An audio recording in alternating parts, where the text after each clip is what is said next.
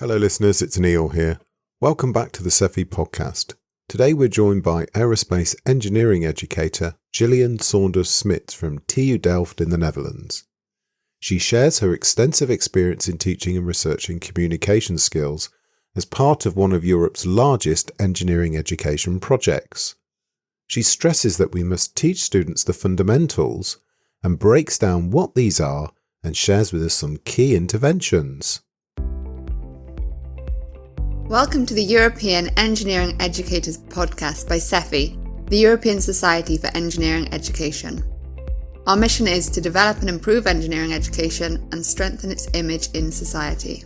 So Neil, I've got some experience in teaching communication skills across different year groups, really, from foundation year level to masters and some of my PhD students. Generally, this includes report writing, presenting to sort of different audiences. But I do find there's a lot of resistance from students to being taught communication skills. What about you? Yeah, like you, I've coached people in communication skills and helped them improve writing skills, correct presentations and so on. For me, I'm always conscious of the potential biases against students during assessments, due to class or culture. And I think that sometimes can be due to differences in communication styles and the institutional norms. So I think that raising communication skills to a professional standard could make our education outcomes more equitable, as well as addressing these industry needs for better communication skills in graduates. Hi Gillian, thank you so much for being with us today. Hi Natalie, hi Neil, thank you very much for having me. So Gillian Saunders-Smits is an associate professor at the Faculty of Mechanical Engineering in the Cognitive Robotics department at Delft University of Technology. She has a master's degree in aerospace engineering from Delft University of Technology, Faculty of Aerospace Engineering in the Netherlands, and a PhD in aerospace engineering education from the same institute. She has over 20 years of experience in teaching a variety of engineering courses, and her research interests are in engineering education, focusing on robotics, skills and competencies, and project and problem-based learning. She was an investigator in the European Prefer project, which brought several universities together to reduce the gap between engineering graduate skills and industry needs. And within this, she developed several tools and interventions used by universities across the world. So Gillian, I'm always really interested in people's journeys. So I was wondering if you could tell us a bit about how and why you became interested in researching skills and competencies specifically. So what happened was that I initially worked for Shell as an engineer after graduation, but it wasn't for me. I really like making the best possible product, and that's not always possible within the constraints of a commercial company. So I went back to university to actually work out what I really wanted to be when I grew up. And as such, I was asked to stay on as a lecturer. And then that ever overarching topic of then if you want to stay in academia, you have to get a PhD. I really wanted to do a PhD on something that would be relevant for my work, which was teaching. And this is where I met Professor Eric de Graaf, who is a SEFI fellow and has been a SEFI vice president over the years. And he said, well, why don't you come and do a PhD in engineering education with me? And the rest, as they say, is history. And this is also how I got into skills and competency. Yeah, sure. So Gillian, you're from TU Delft University of Technology, and it's founded in 1842 and is the oldest and largest public technical university in the Netherlands, and one of the top 10 engineering and technology universities in the world. So as well as being one of the largest departments in the world, TU Delft is very active in engineering education research. So could you tell us a bit more about this? As I said before, I think the first steps towards the engineering education research base was started by Eric de Graaf. Yeah. And then when Eric left to go to Aalborg in Denmark, there was a sets of different people in different faculties still active on this. Yeah. So it has much been a bottom-up approach. But over the last few years, our university is seeing the importance of engineering education, also very much helped by the Ruth Graham report. So it has several different institutes within TU Delft of which TU Delft is part, on engineering education.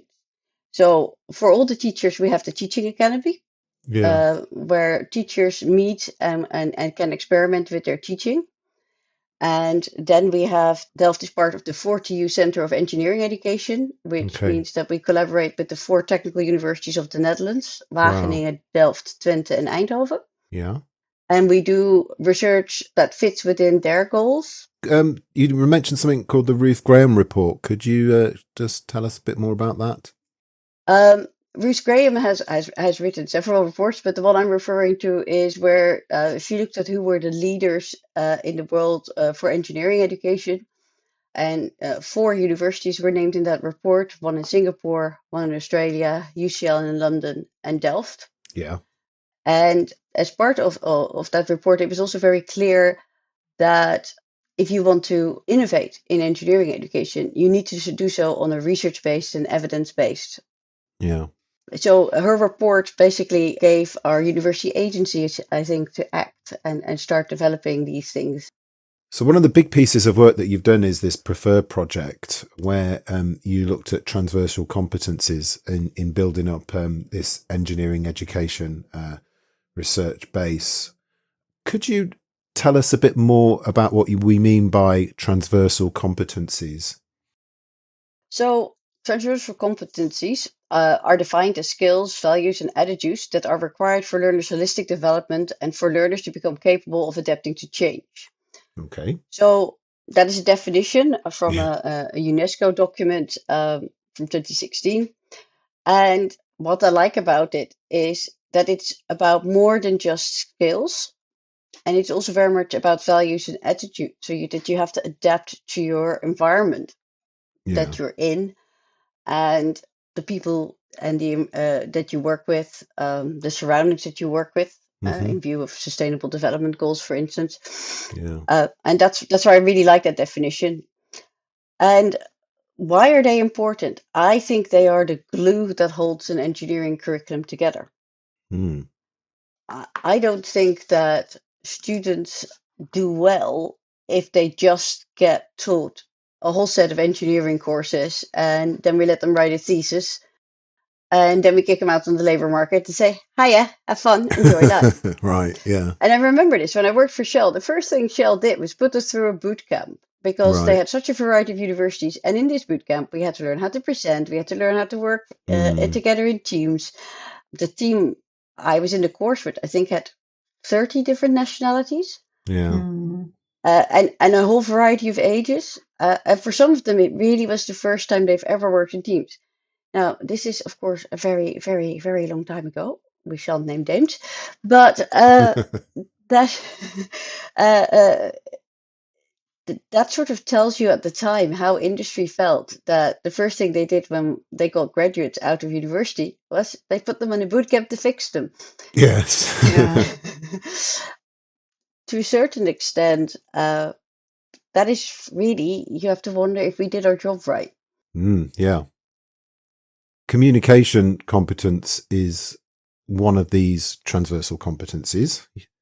And in your work, you break down this communication skill into several sub-skills: quality of presentation, adaptive style, self-confidence, English language, listening, writing, interconnection, interrelation, and pitching. Could you describe some of these in more detail and perhaps highlight which ones engineering students need more development on? Yeah, sure. So when communication courses were first introduced, it tended to be how to write a report and how to give a presentation. That, I think, is how most of these courses started. Yeah. And then, of course, when PowerPoint got first introduced into the world, we can do more. Yeah. So that's where the initial things is. But if you think about it, when my kids went to primary school, they had to do PowerPoint presentations. Yes. So should we really still be teaching PowerPoint presentations, or should we be teaching actually what is it that you are presenting and how do you adapt to the audience? Yeah. And also with our engineering degrees becoming more and more international in terms of there's a more diverse and inclusive mix. How do you make sure that you don't revert to colloquialism so that people don't actually understand your message. So how do you adapt? This is where then the adaptive style comes into. One of the things Siemens said was that the English language is really important. And whereas there have been other cases where people said, isn't that racist to impose that on people? Within Siemens, English is the working language. So being able to speak English is very important. At the same time, when talking to Siemens engineers, they also said, but if you are going to work locally for us, we work a lot with small and medium enterprises. That means you also work with people whose English isn't good enough and who would prefer to talk to you in their local language. So one of the things they said, they would really like to see our international students who would like to stay in the Netherlands, for instance, to also learn Dutch, because it means that their employability goes up.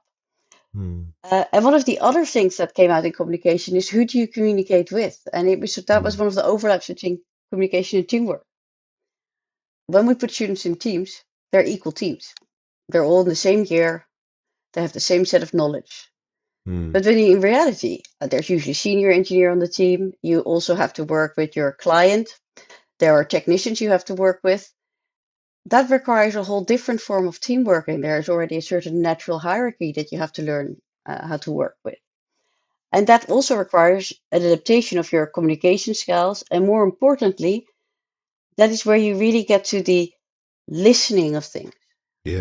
One of the things when you get into a new situation as a young engineer or as an engineering student is that you have to listen to your surroundings to work out what people really want. And I think all of us will say students never listen. If you're a parent, you'll say children never listen. And if you're a child, you'll say my parents never listen. So listening is a universal skill that needs improving. So one of the skills within this list we try to focus on was listening skills. And we did that because we actually wanted to see if it was possible to make a really small intervention and what the impact would be. Right? That you don't have to change an entire engineering curriculum to make a small impact and a small improvement in someone's skill level. So, Gillian, it does seem to be sort of globally accepted for many years now that communication is a vital skill for engineers. Why then do you think that there still continues to be this reported gap between communication skills developed within education and those in industry? I mean, we keep seeing this in sort of skills gap reports. I think it's the issue lies on both sides. I understand that industry's bottom line is making money. So investing in training staff is therefore expensive. So it would be really nice if you can get this perfect graduate that fits your company like a glove. However, that is at odds with the mission we have as a university, which is to develop critical thinking, competent engineers. But it doesn't say that they have to particularly work for just one given company. So we train for a much larger audience. So that gap, I think, will always exist. What you do see is that we need to move away from just teaching our students to write a good report and give a good presentation, to create more flexible students that understand that they have to adapt their communication to the environment that they're in. And that agility in adapting your communication style and understanding your environment that you have to work in, that is the challenge that we can still improve our education on. How do we teach our students that agility? And I guess it shows that we need to sort of develop these skills long after leaving university. So how do you think we determine to what level or sort of mastery, as you refer to it in your work, we need to teach students up to within university? I think it very much depends on the focus of your degree and the learning outcomes that you want to reach. If I ask industry, they want everything at mastery levels because then they don't have to do anything, right? So that's not going to happen. So the thing what you really want to look at for is, what is the basics? So for me, the basics is that the students are at least aware of a certain phenomenon or skill that they need, or an attitude that they need. Mm-hmm. Some will already have these skills because they practiced it in a different area outside university, for instance, because they are a scout leader, or because they have parents who run a company and they've already worked within companies. But I think the minimum level is awareness. And of course, depending also on your specialization, there are a few that I think you do need to have mastery levels in. For instance, I believe it's fair for industry to expect that students can write a report. Mm-hmm. We're also expect them, I think it's fair to say, that they could at least work together with other people. Mm-hmm. But again, there's different levels, and we also want to make sure students realize that they have development left to do. Mm-hmm. You know, our training didn't stop at university for us either. And I think having that agility in students, that they can independently find other bases to learn and to acquire knowledge and skills, is also a very vital attitude, I would almost say, that we would like them to have when they leave. Yeah, sure. Okay, Gillian, so we had this idea of awareness as the sort of first level of mastery, and then I suppose next would be just to practice it before you actually master the skill. And we talked about this university of life, and the skills are acquired in both of those domains. So the question that I would have is how far do we go in engineering faculties to teach these skills? And when do we say the University of Life can take over? That's a very good question. I think that really depends on the focus of your degree, the limitations that you have. I mean, one of the things I'm currently trying to look into is whether it's possible to set up, using this instrument, and a whole set of skills, their definitions and the different mastery levels, so that people can actually select what is it that, when I redesign my course or redesign my curriculum, and ideally you want to do it more holistically from a curriculum point of view, so that not 5 lecturers practice the same skill and other lecturers don't practice any skills, or other skills don't get practiced at all. Have the discussion. What is it that we want our students to be able to do, and have that beyond the container notions of entrepreneurial skills, lifelong learning skills, teamwork skills, communication skills. Go the next level down. Define these skills. One of the things we also found in the research was very, very few people actually define what they mean by a term when they use skills.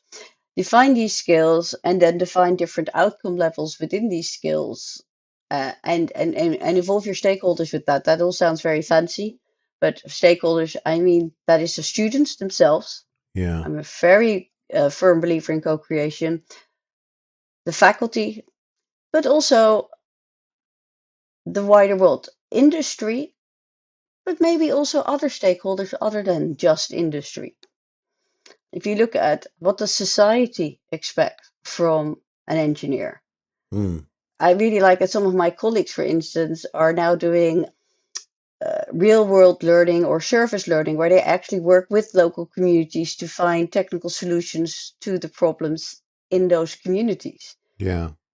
And their expectations are very different than industry is. Right. So in that sense, it's really, really important that you have the discussion as a teaching team. Where is it that we want to go? As a degree, where is it we want to go? And perhaps even on an accreditation level, what is it that makes a good engineer? And at the same time, you also don't want to overburden things. So engineering, the criteria should also not be too prescribing. It is not that if a student can't do a certain thing to a certain standard, that they're a bad engineer. No. We all have our strong and our weak points.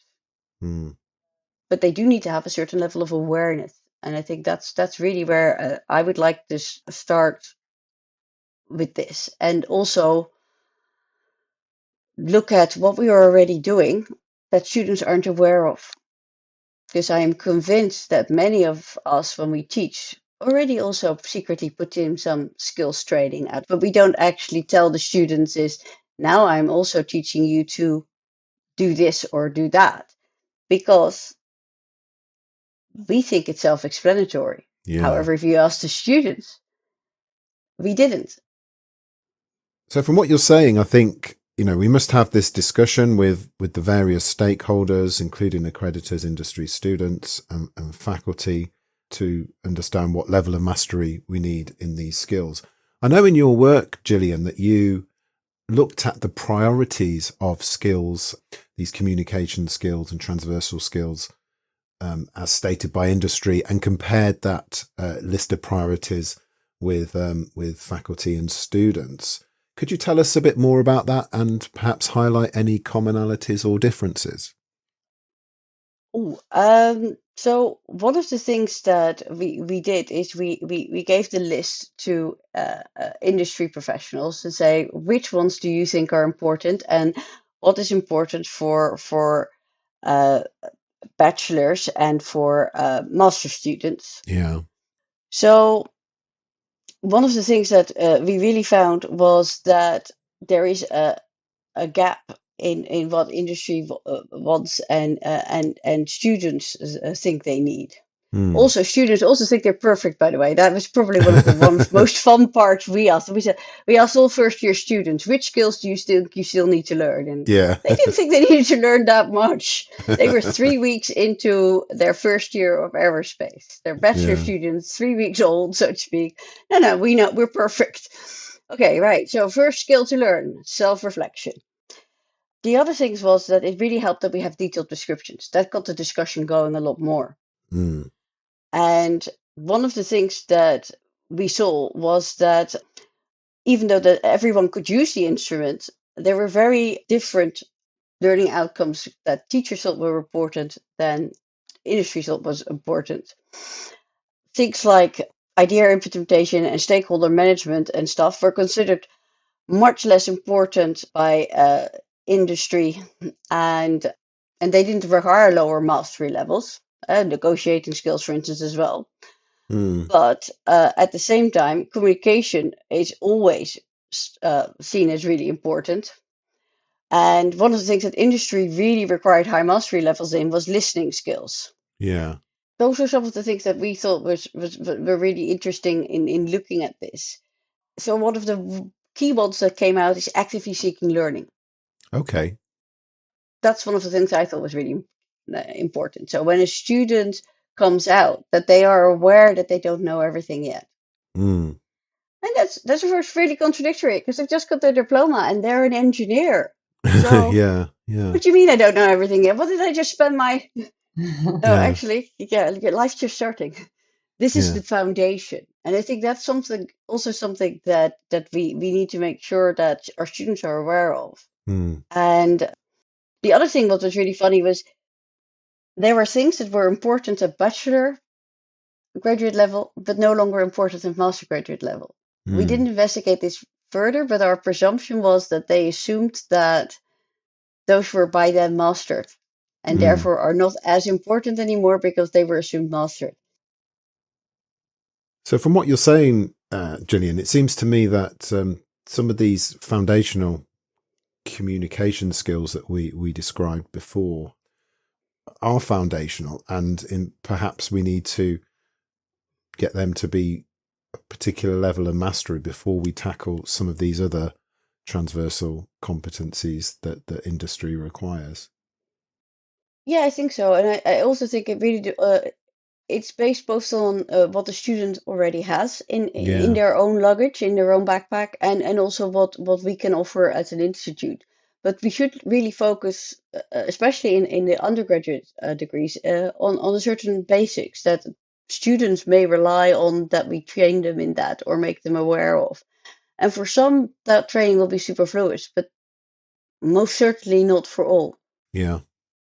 So you found out about all these different competencies and what industry and students and educators thought of them.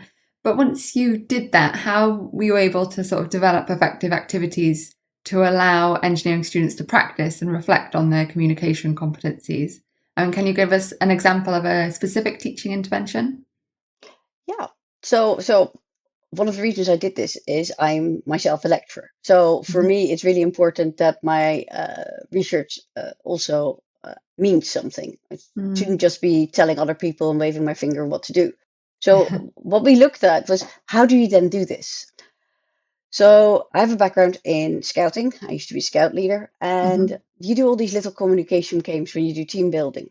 And one of them that many of us probably also played in schools is a game known in English as Chinese Whispers, and I think in American it's called telephone. So I think in terms of diversity and inclusion, I prefer to now use the term telephone as opposed to Chinese whispers. Sure.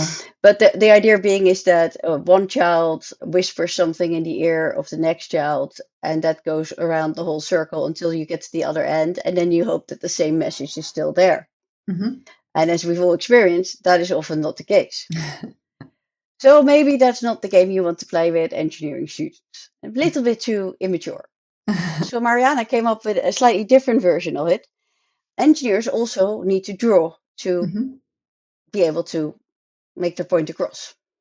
She asked students to communicate a drawing that she gave them to a second group of students, who then had to describe to a third group of students what they had to draw. And her initial was a black and white picture. You have to keep it simple, of a cow in a field. And we also did this workshop with members of staff, but we also did it with lots of students in different universities, in 4 or 5 different universities across 4 countries. So a rather international form of doing this. And you get the most hilarious pictures. So Mariana is Portuguese by background. So her cow was a black cow with horns like you see on some of the port bottles. The Dutch students drew a Frisian cow, which is white with black spots.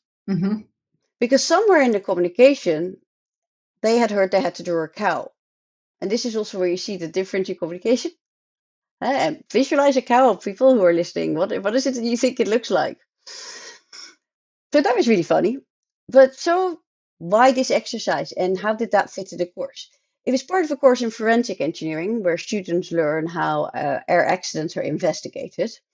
And when you go as a safety investigator to a scene, you need to talk to people. And they need to give you the information because the accident or incident happened before you arrived. So they really need to learn how to listen.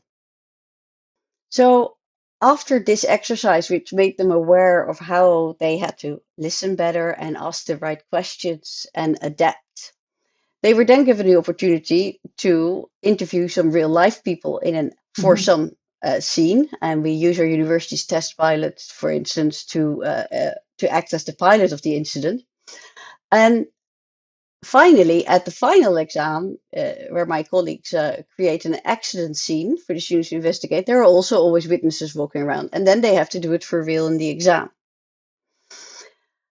So that is where it's the first time to make them aware, because if you wait with them to make them aware of their listening skills in the first interview, they will not get out of the interview what they need to do. They miss that they haven't listened. Yeah. So this way we can stack the different communication skills on top of each other. Asking the right questions can then be the focus in the interview, as opposed to also having to realize that you have to learn how to listen. Yeah. During this work, were you able to determine any sort of key features of effective or ineffective communication? Oh yeah, you get the most fun things, like you never said it was black. You never said, but it's like, yeah, but you had to ask the questions. Oh yeah. So they really had to also learn how to reflect on them. And that really helped them get going. So it's also really important to set rules in such games. Because, of course, the easiest is to just show the picture. But if you think of it as in the context of the course, the air crash investigation, there was no picture of when the crash happened. All you have is people's observations or people's actions in the moment. And that's very often with all their view and their biases and their lenses. So students also really came aware of that there is such a thing as lens and bias with which we look at things. Mm-hmm. And how hard it was that they had to not only listen, they also had to manage, like not make assumptions, but also when are they going to ask the next question? Mm-hmm. You only have a limited amount of time to talk to a person. You have to deal with the surroundings. So yeah, that really gave a really good result. But what we also wanted to know was, hey, this is just a fun activity. Does it matter? So we went back a year later and found a group of students still around, because that's always a challenge, Yeah. and asked them if we could talk to them again. And we Mm-hmm. took them back to their interview. And this was, I thought, was really great, is many of them still remembered the game, and they learned a lot from that small experience. They were confronted with their own shortcomings, realized they needed to adapt, and made adaptations, and it made them more prepared. So this 1 hour activity made a difference.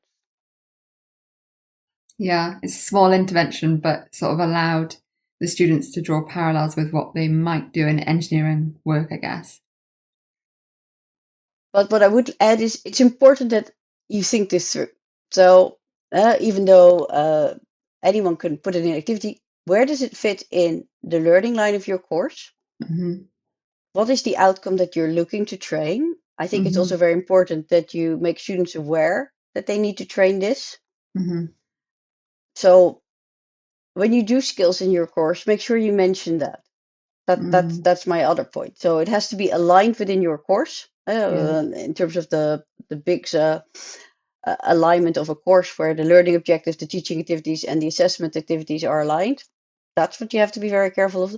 But also make sure that students are aware, because very often we think we train skills, but we don't tell the students.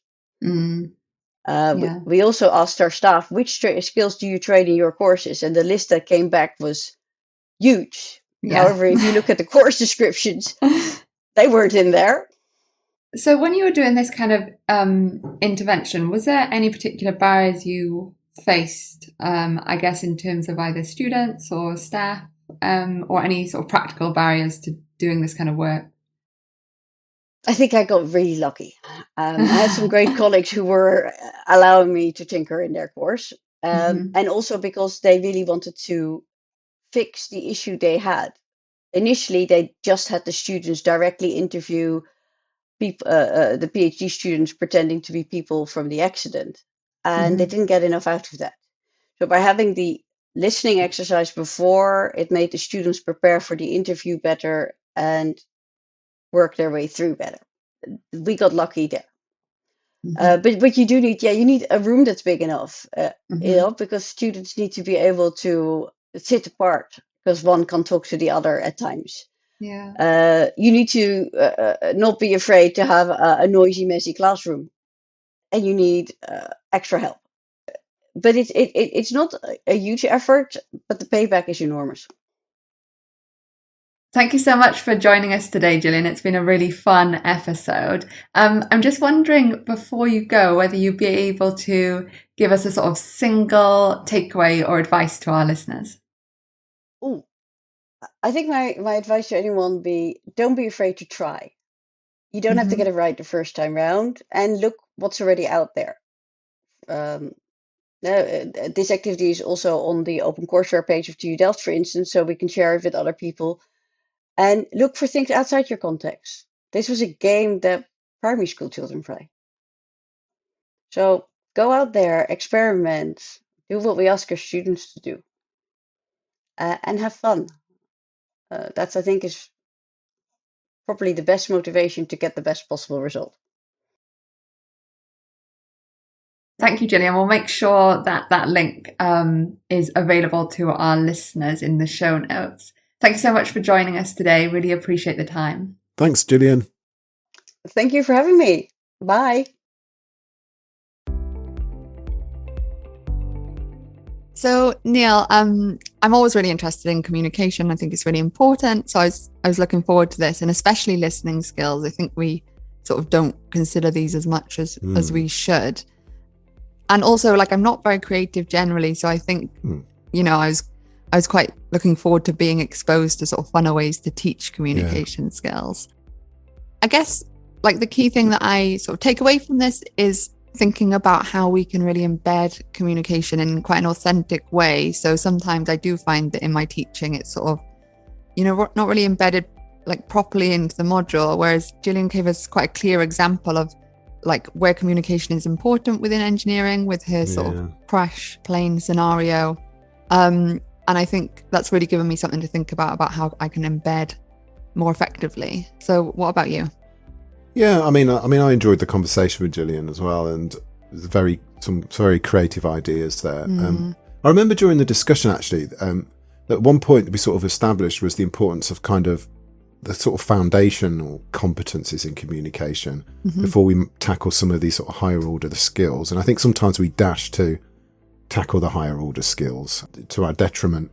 Maybe we're trying to run before we can walk. So I mean, after that recording, I went back to basics and I thought about, what are the sort of actionable tools and techniques to help students with their communication. And there's a few out there that I've started looking at, structuring arguments, using the Toulmin method, Rosenberg's nonviolent communication strategies for conflict resolution, and so on. My challenge really to take away is just to try to be as creative as Gillian and kind of embed these across the curriculum. So yeah, it was a really interesting chat. So thank you for joining us again today for this episode. If you would like more detail about Gillian's sort of approach, then we've provided a link to all the resources to sort of run this activity yourself in the show notes. So go and check them out and you can get the slides and things that help with this activity. Again, as normal, if you would like to feature on future episodes of the podcast, then please do get in touch. We're always looking for guests.